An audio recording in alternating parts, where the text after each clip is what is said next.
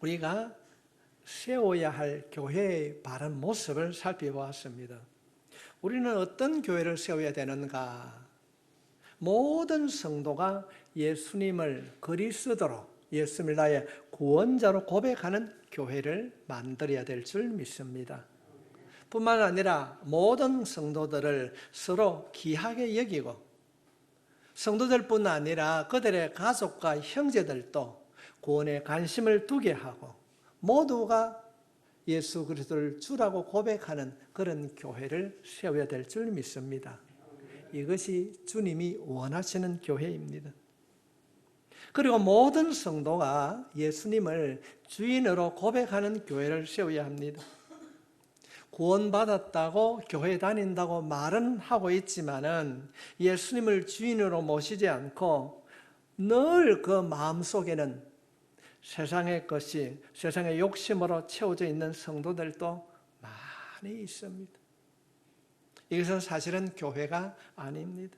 그냥 종교 생활을 하는 것입니다. 우리는 예수님을 메시아로 인정할 뿐 아니라 주인으로, 내 삶의 주인으로 모시도록 함께 격려하는 교회를 만들어야 될 줄 믿습니다. 우리 이런 멋진 교회 만듭시다. 오늘 말씀은 주님을 주인으로 모시는 중요한 이 교회, 어떻게 하면 우리가 예수님을 주인으로 모시는 교회를 세우기를 원한다면 어떻게 예수님을 주인으로 모시는 교회를 만들 수 있을 것인가? 성도들의 삶 속에서 진정으로 예수님을 마음의 보좌에 앉히고 주인으로 모시는 그런 교회를 만들 수 있을까? 그냥 생각으로 그렇게 하는 것이 아닙니다. 오늘 예수님께서는 오늘 본문에서 이 중요한 질문에 두 가지를 대답하십니다. 어떻게 하면은 주님이 주인이 되는 그런 교회를 만들 수 있을 것인가? 예수님이 주인이 되는 그런 교회를 세우기 위하여서는 먼저 우리는 세속적인 마음을 제거해야 됩니다. 세상적인 마음을 제거해야 된다는 것입니다. 오늘 본문은 예수님께서 제자들에게 예수님이 고난받으시고 돌아가실 것을 말씀하십니다. 우리가 성경을 살펴보면 이미 제자들에게 두 번이나 내가 고난받고 돌아가실 것이다 하고 말씀을 드렸습니다. 너무나도 중요한 말씀이기 때문에 오늘 본문에서 세 번째로 주님이 말씀하십니다. 18절부터 19절에 있는 말씀입니다.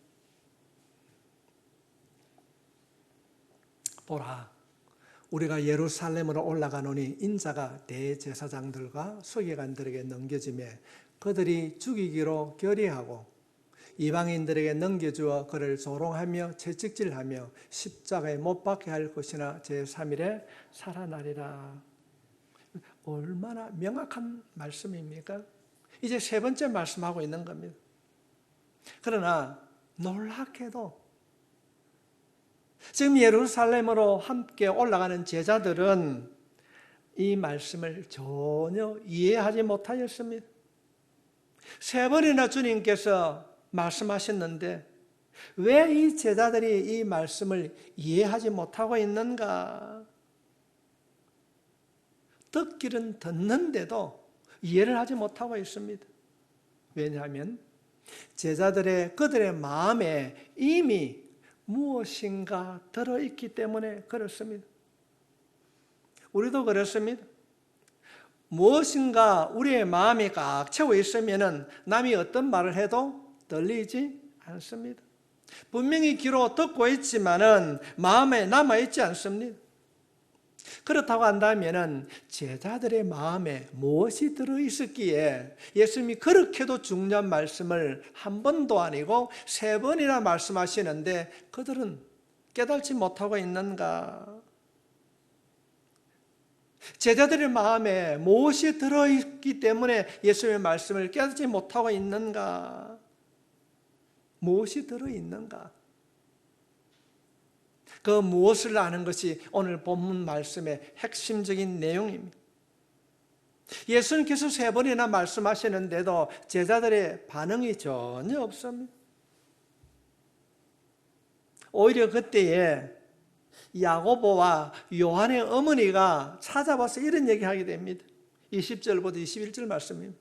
그때에 예수님께서 말씀하시는데 제자들의 반응이 없는 그때에 세베대의 아들 어머니가 그 아들들을 데리고 예수께 와서 절하며 무엇을 구하니? 예수께서 이르시되 무엇을 원하느냐?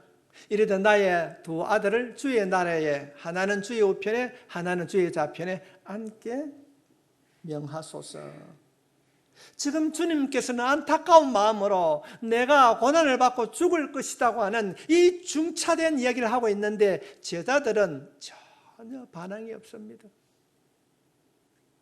그런데 이 세베대의 아들, 이 여인이 찾아와서 하는 얘기가 뭡니까? 예수님 나라를 세워질 때 우리 아들이 둘이 있는데 한 명은 우의정에, 한 명은 좌의정에. 여러분, 얼마나 어이없는 이야기입니까? 그러나 이 구절이 오늘 본문에서 매우 중요한 구절입니다. 왜냐하면 이 이야기를, 이 본문에 있는 말씀을 이해를 하지 못하면은 제자들의 마음에 무엇이 담겨 있는가를 모르기 때문에 그렇습니다.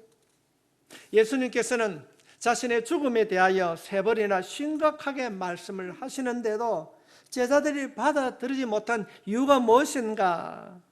그들의 마음속에 무엇이 담겨 있었는가? 그것은 세상에 대한 성공이었습니다.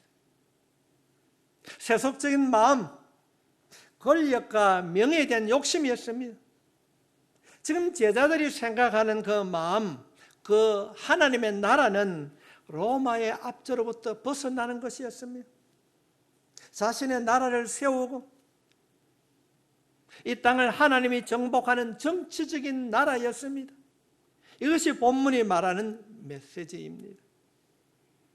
제자들은 정치적인 세상에서의 성공 때문에 그들의 마음이 가득 차 있었기 때문에 예수님께서 이 땅에 오셔서 인류를 구원하기 위하여서 십자가에 돌아가시는 말씀을 세 번이나 강력히 말씀하시는데도 그들은 알아듣지 못했습니다.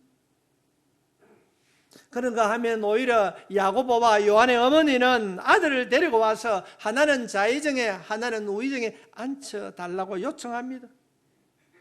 이 말을 들었던 다른 제자들이 화를 냅니다.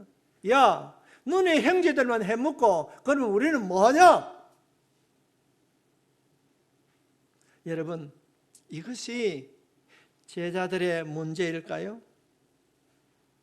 세속적인 마음은 오늘을 살아가는 우리들의 마음에도 여전히 자리 잡고 있습니다. 우리들의 마음에도 있습니다. 우리들이 매주 말씀을 듣지만은 그 말씀이 내 생활을 지배하지 못하고 교회를 나서는 순간 다 잃어버리고 내가 주인이 되어서 내 경험으로 왜 그렇게 살아가고 있는가? 오늘 우리에게도 하나님의 말씀을 제대로 듣지 못하게 하고 이해를 하지 못하도록 방해하고 있습니다. 그것이 바로 세속적인 마음이 우리의 마음을 채우고 있기 때문에 그렇습니다. 우리들이 성경을 읽어보면 성경은 끊임없이 세속적인 마음을 경고하고 있습니다. 우리들이 늘 이 말씀을 암송합니다. 요한일서 2장 15절 말씀에 이 세상이나 세상에 있는 것들을 사랑하지 말라. 누구든지 세상을 사랑하면 아버지의 사랑이 그 안에 있지 아니하나니. 왜 믿는 자들이 세상을 사랑하면 안 됩니까? 그 이유를 요한은 이렇게 말합니다. 누구든지 세상을 사랑하면 아버지의 사랑이 그 안에 있지 아니하니라. 놀라운 말씀입니다. 우리들이 세상을 사랑하지 말아야 할 이유는 세상을 사랑하면은 하나님 아버지의 사랑이 우리 안에 없다는 것입니다. 다시 말씀을 드리면은 예수 믿는 사람은 하나님과 세상을 동시에 사랑할 수 없습니다. 만일 누군가가 그 마음에 세상이 자리 잡고 있으면 그 사람 안에는 하나님의 사랑이 없는 것입니다. 그렇다면 세상을 사랑하는 것이 무엇이 문제인가? 왜 세상을 사랑하는 것이 하나님의 뜻과 정반대인가? 그 이유를 요한은 이렇게 말씀하고 있습니다. 요한일서 2장 16절 말씀에 이는 세상에 있는 모든 것이 육신의 정, 안목의 이생의 자랑이니 다 아버지께로서 온 것이 아니요 세상으로부터 온 것이라. 주님 말씀하십니다. 세속적인 마음의 중심은 세 가지라고 말씀하고 있습니다.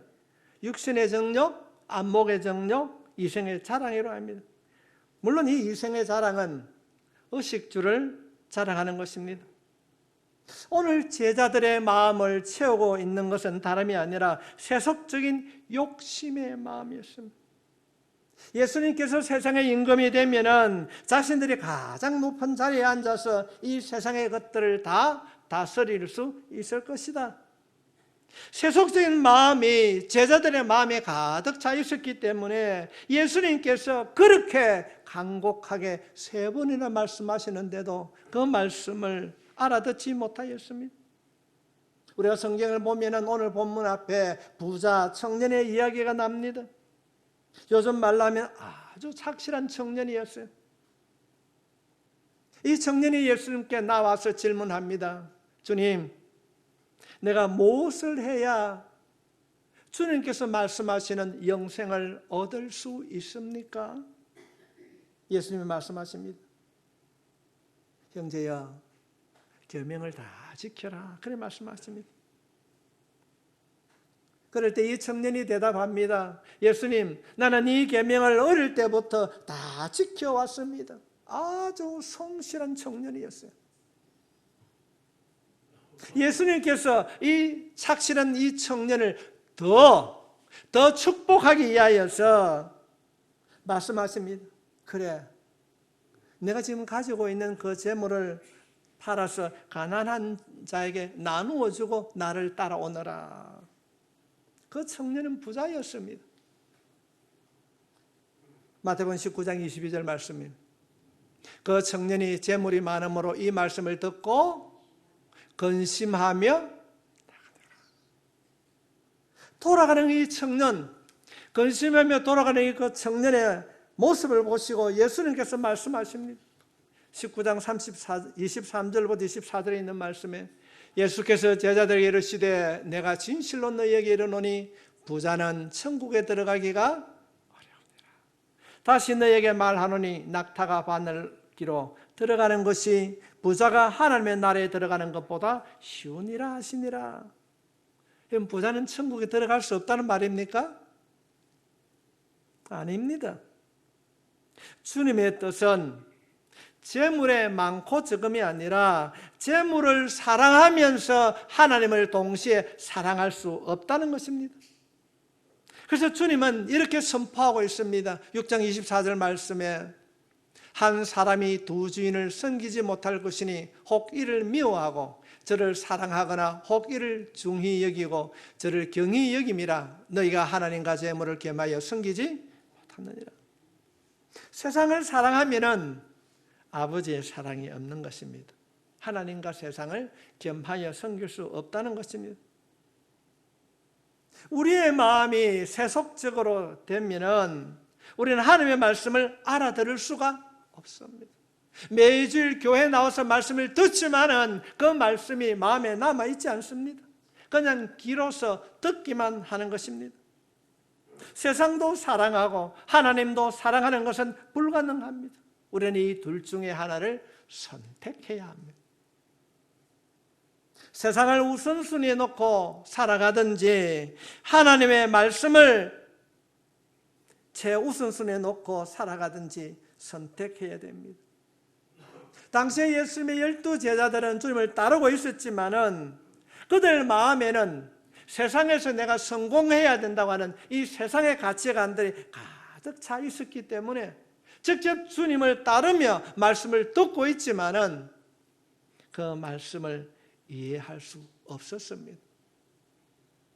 성도 여러분, 예수님의 제자들이 그런 삶을 살았다면 하물며 우리들은 어떻습니까?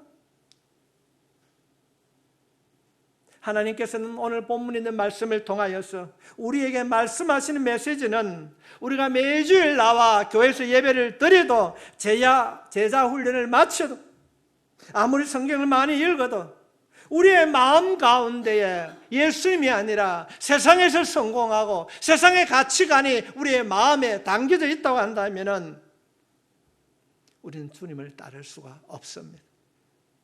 하나님의 말씀을 들어도 이해할 수 없습니다. 모든 예배와 제자 훈련과 성경 읽는 것이 아무런 도움이 되지 못한다는 것입니다. 지금 예수님과 함께 예수님의 말씀을 들으며 예루살렘으로 올라가는 제자들의 마음속에는 세속적인 가치관이 들어있었기 때문에 주님께서 3번이나 말씀하시는 이 말씀을 깨닫지 못했습니다. 어쩌면 오늘 우리들도 마찬가지입니다.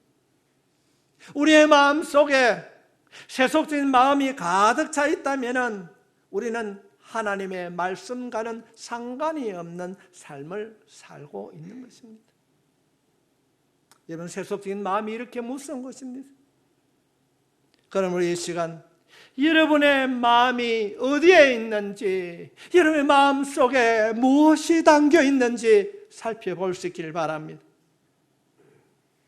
사랑하는 성도 여러분, 여러분의 마음 안에 무엇이 담겨 있습니까?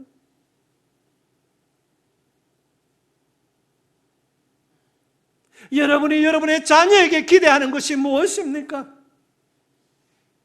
정말로 여러분의 기도가 사랑하는 내 딸, 내 아들에게 그들 마음속에 예수 십자가가 담겨 있기를 기도하십니까?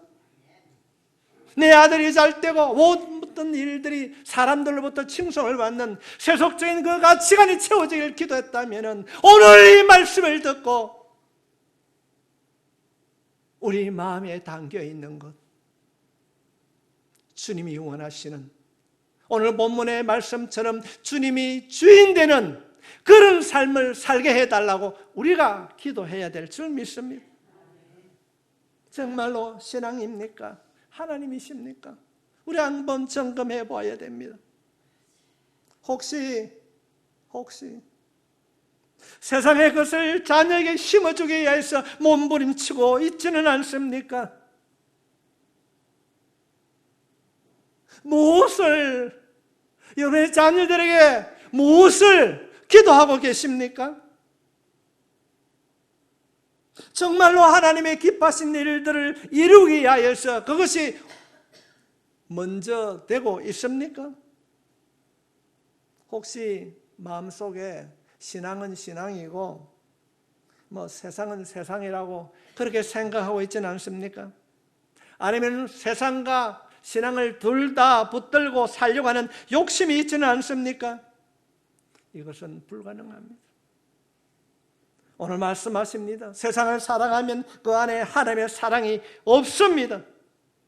우리가 예수님을 주인으로 모시기 위해서는 먼저 해야 할 일들이 있습니다. 우리의 마음을 정리해야 됩니다. 우리의 마음을 정리해야 됩니다. 우리의 마음 안에 들어있는 세속적인 모든 가치관이 주의 보혈로 씻음받고 고침받아야 될 줄 믿습니다. 세상의 문화는 굉장히 세속적이고 자극적인 것으로 나가고 있습니다. 눈만 떴다 하면은 아파트가 몇 억씩. 여러분, 몇십억에 사는 그곳에 사는 사람이 행복할까요? 초가상가 오막살이라도 믿는 자의 가정에 사는 것이 행복할까요? 어쩌면은 경제적인 가치가 억누르러 오는 이때에 정말로 우리가 살펴보게 되면은 갈등과 불평이 가득합니다. 태폐적이고 타락한 문화가 곳곳에서 청소년들을 유혹합니다. 성도 여러분, 돈이 우리를 행복하게 해줄 수 없습니다. 있는 것에 만족하고 하나님을 주인으로 하나님을 주인으로 세상을 향하여서 세속적인 마음을 버리고 살아갈 수 있기를 바랍니다. 예수 안에서 행복한 자가 되시길 바랍니다. 우리는 이 일을 위해서 기도해야 됩니다. 하나님, 우리 안에 있는 세속적인 마음을 정리해 주시옵소서. 세상을 따라 살아가는 자가 아니라 하나님의 말씀을 따라 살아가는 자가 되게 해달라고 기도할 수 있기를 바랍니다. 성도 여러분, 진짜 되십시오. 진짜 되십시오. 세상을 따르는 길은 넓은 신장로입니다. 가기가 아주 편안합니다. 그러나 우리가 말씀하시는 말씀을 따라가는 그 길은 좁은 길이요, 힘이 듭니다. 그러나 그 넓은 길을, 신장로를 선택하면 멸망의 길인 것입니다. 모두가 망하는 길입니다. 여러분, 유산을 많이 남긴 가정을 한번 보십시오. 형제간들이 싸움을 하고 등을 돌리고 법정에 가고 심심찮게 신문 집상을 오르내리는 그 가족 간의 갈등을 보십시오. 성도 여러분, 믿음 안에서 하나님의 주신 재물이 우리에게 복인 줄 믿습니다. 없으면 더 달라고 구하는 자가 아니라 없으면 있는 대로 감사하는 삶을 살게 될 때에 있는 것으로 행복을 누릴 수 있는 주의 평강이 이루어질 줄 믿습니다. 예수님을 주인으로 모시기 위하여서 우리가 무엇을 해야 되는가? 우리의 마음 안에 무엇이 들어있는가를 점검하고 그 우리의 마음 안에 들어있는 것이 예수가 될 수 있기를 바랍니다. 두 번째로, 예수님을 주인으로 모시기 위해 우리가 해야 할 일은 무엇인가? 섬기는 삶을 살아라. 제가 설교를 하고 있지만은 세속적인 마음을 없애는 것이 참 어렵습니다. 조금만 방심하면은 세속적인 마음이 올라옵니다. 세속적인 마음을 없애는 가장 좋은 방법은 무엇인가? 오늘 주님은 우리들에게 그 비결을 말씀하고 있습니다. 25절로 27절에 있는 말씀입니다. 예수께서 제자들을 불러다가 이르시되 이방인의 집권자들이 그들을 임의로 주관하고 그 고관들이 그들에게 권세를 부리는 줄을 너희가 알거니와 너희 중에는 그렇지 않아야 하나니 너희 중에 누구든지 크고자 하는 자는 너희를 섬기는 자가 되게 하고 너희 중에 누구든지 어뜸이 되고자 하는 자는 너희의 종이 되어야 하리라. 지금 예수님은 세속적인 마음이 가득 차 있는 제자들에게 너희들의 마음에 담겨 있는 그 잘못된 것을 정리해야 된다. 그 정리하는 비결이 무엇인가? 섬김입니다. 여러분, 섬길 수 있길 바랍니다. 제가 바로 증인입니다. 저 자신의 의를 나타내는 것이 아니라 보고 있는 우리 옥근 사람이나 우리 조숙인 권사님은 잘 알고 있습니다. 제가 한내 교회 갔을 때 1년 예산이 530만 원이었습니다. 530만 원 가운데 470만 원 전부 다 보도를 받았습니다. 야, 이거 우리 이래서는 안 되겠다. 뭔가 우리가 해가지고 섬기는 자가 되어보자. 보도를 다 끊었어요. 지금 장평 그 해변도로의 파출소 그 뒤편에 그때는 조선소가 막 들어오고 일할 때인데 토요일만 가면 제가요 차에다가 맥주병을 가득 싣고 왔어요. 그래서 지금 그 연소 조합장하는 그 손정신 조합장한테 매일 제가 팔로 갔어요. 토요일에 주워가지고 그 다음 주에 팔로 갔어요. 김치를 담으면 한 해에 한 말짜리 김치를 200동이 넘게 담았어요. 돈이 많은 교회는 큰 돈이 많이 있지만 우리는 작은 것이지만 나눌 때 하나님께서 축복해 주셨습니다. 저는 우리가 재직기를 하지만은 우리가 많은 성도는 아니라 할지라도 정말 저는 우리 교회 성도들 하나님 앞에 축복합니다. 여러분, 극동교회 성도가 어떻게 되겠습니까? 11조 내는 건 쫀쫀하게 내는 건 싫습니다. 우리 윤 집사님, 우리 도 집사님, 또 기도하는 여러분들이 저는 11조, 6조, 7조를 내고도 당당하게 하는 그런 성도 만들어 주실 줄 믿습니다. 될 줄 확신합니다. 왜냐하면요, 기도하면은 응답해 주시기 때문에. 작은 것이지만은 나눌 때에 놀라운 역사가 일어나게 될 줄 믿습니다. 우리 11조 하나하나는 그 이야기하지 맙시다. 우리는 이제 2조 3조 하고도 잘 산다고 기분 좋다고 말하는 교회가 극동교회인 줄 믿습니다. 왜 그들이 주님께서 말씀하시는 그 말씀을 듣지 못했는가? 섬김을 실천하지 않는 거예요. 어떻게 하면 이 돈을 어떻게 먹고 살 것인가? 욕심이 가득 차 있었기 때문에 그렇습니다. 여러분 주위에 한 부자를 보십시오. 돈을 함부로 쓰지 않습니다. 부자가 되면 구두쇠가 돼요. 제가 그런 생각을 해보았습니다. 어제 어느 목사님이 저에게 목사님하고 찾아왔는데 조금은 수박을 사왔습니다. 그래 그분이 사가 와가지고 이야기를 하고 돌아가는데 저에게 뭘 남겨놓겠습니까? 그 사람들이 얘기하는 사람을 섬겨야 되겠다 마음이 듭니다. 그래서 복숭아를 3상자 사주니까 수박값에 3배가 들어가더라고요. 그러나 성도 여러분, 우리는 할 수 있습니다. 우리가 섬기면은 그 섬김의 열매가 우리 교회와 우리 자녀들에게 열매 맺게 될 줄 믿습니다. 주님이 말씀하고 있어요. 마태복음 20장 28절 말씀에 인자가 온 것은 섬김을 받으려 함이 아니라 도리어 섬기려 하고 자기 목숨을 많은 사람의 대속물로 주려 함이라. 예수님이 이 땅에 왜 오셨는가? 우리를 섬기기 위하여서 주님이 오신 줄 믿습니다. 예수님의 자신의 모든 삶을 통틀어서 우리에게 보여주는 한 단어가 바로 섬김인 것입니다. 내가 너희를 섬긴 것 같이 너희도 서로 섬김의 삶을 살아야 한다. 다시 말씀을 드리면은 우리에게 주신 이 너무나도 중요한 이 인생을 잠시 있다가 없어질 세상의 것들을 가지기 위해서 허비하는 자가 아니라 세상의 것을 얻으려고 발부둥 치는 자가 아니라 다른 사람을 섬기는 일에 사용될 수 있길 바랍니다. 여러분 극동교회가 유명한 교회입니다. 왜 유명합니까? 축복의 씨앗이기 때문에 그렇습니다. 우리가 심으면 놀라운 일들이 일어나게 될 줄 믿습니다. 우리들이 가지고 있는 이 달란트와 시간을 남을 섬기는 데 사용하라는 것입니다. 이것을 예수님께서 십자가를 지시기 위해서 예루살렘을 올라가시면서 제자들에게 들려주시는 말씀인 것입니다. 여러분 정말로 말씀을 이해하셨습니까? 이해가 안 됩니까?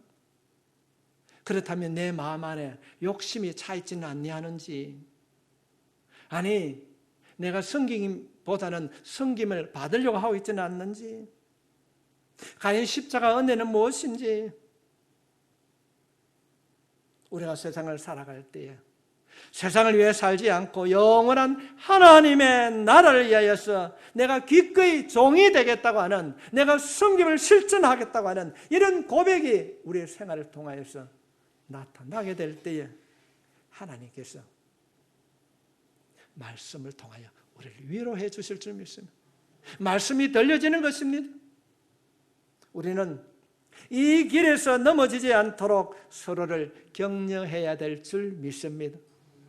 늘 기도하는 것이 뭐 내 가정, 내 교회뿐 아니고 내 이웃에 있는 사람을 위해서 한번 기도할 수 있길 바랍니다. 우리가 기도의 넉넉함이 얼마든지 있습니다. 우리 한국 교회사를 보면은 페닉이라고 하는 한 청년이 있었습니다. 그는 미국에서 사업을 해서 아주 큰 성공을 한 사람이었습니다. 그 어느 날 우리말로 하면 부흥회에 참석했다가 사경에 참석했다가 은혜를 받게 됩니다. 그래서 그가 참 잘 때는 모든 사업을 다 정리하고 선교사로 파송받아서 한 나라로 가게 됩니다. 하나님, 찌그러진 깡통 같은 나라도 주님이 부르신다면은 찌그러진 그 깡통 안에 하나님의 사랑을 담아서 내가 전하겠습니다. 이런 마음으로 그가 한 나라를 선택하고 온 나라가 100년 전에 조선이라는 나라였습니다. 지금은 우리가 뭐 아프리카 하면 미개 국가라고 그래 하는데 여러분 100년 전에 정확하게 127년 전에 한국을 상상해 보십시오. 100년 전에 한국은 그렇게 좋은 나라가 아니었습니다. 하나님 찌그러진 깡통이라도 그 깡통 안에 주님의 사랑, 그 생수를 담아 내가 전하겠습니다. 그런 마음으로 이 청년이 한국에 왔습니다. 참 아프리카와 같은 그런 이 조선 땅, 전라도에는 감리교, 경상도와 중부지방에는 장로교. 그때 그가 선택한 곳은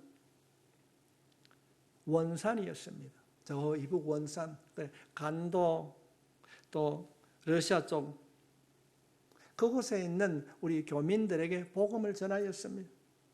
얼마나 그분이 영리했는지 한국말을 유창하게 했습니다. 지금 기록이 남아있지 않지만은 그가 한국에 들어와 가지고 원산 번역이라고 하는 한국 성경책을 만들어내기도 했습니다. 그러나 지금은 비습도 없습니다. 묘지가 어디 있는지도 모릅니다. 당시에 서양 선교사들은 한국에 오면 큰 집을 짓고 또 병원을 건축하고 그렇게 복음을 전하였는데 이 페닉이라는 선교사는 이름도 없이 어디에 묻혀 있는지도 모릅니다. 그러나 그 청년은 참 우리 한국에 이 침례교라는 한 교단을 세울 만큼 헌신된 자로 인생을 마쳤습니다. 사랑하는 극동교회 성도 여러분, 극동교회 나오면은 나는 저 사람처럼, 나 저 근사처럼 나도 살아갈란다. 아멘 안 합니까? 극동교회 나오면은 나도 저 집 사람처럼, 저 근사님처럼 살아가야지, 섬겨야지. 정말로 11조, 그런 거 시시해. 2조, 3조를 들여가도 넉넉하게 잘 사는 그런 교회 성도 여러분이 되시길 주의 이름으로 축복합니다. 우리 복을 받는 사람이 아니라 복을 나눠주는 사람으로 우리 교회가 거듭나야 될 줄 믿습니다. 서로 섬기는 교회 멋있지 않습니까? 저는 그런 교회 만들려고 합니다. 만들어 주실 것을 확신합니다. 다시 한번 이 마음을 마음에 담아서 옆에 있는 성도들에게 축복합시다. 당신은 극동교회 보석 같은 존재입니다. 아멘. 그렇게 될 줄 믿습니다. 우리 모두가 섬기는 교회 만들 수 있기를 주님의 이름으로 축복합니다.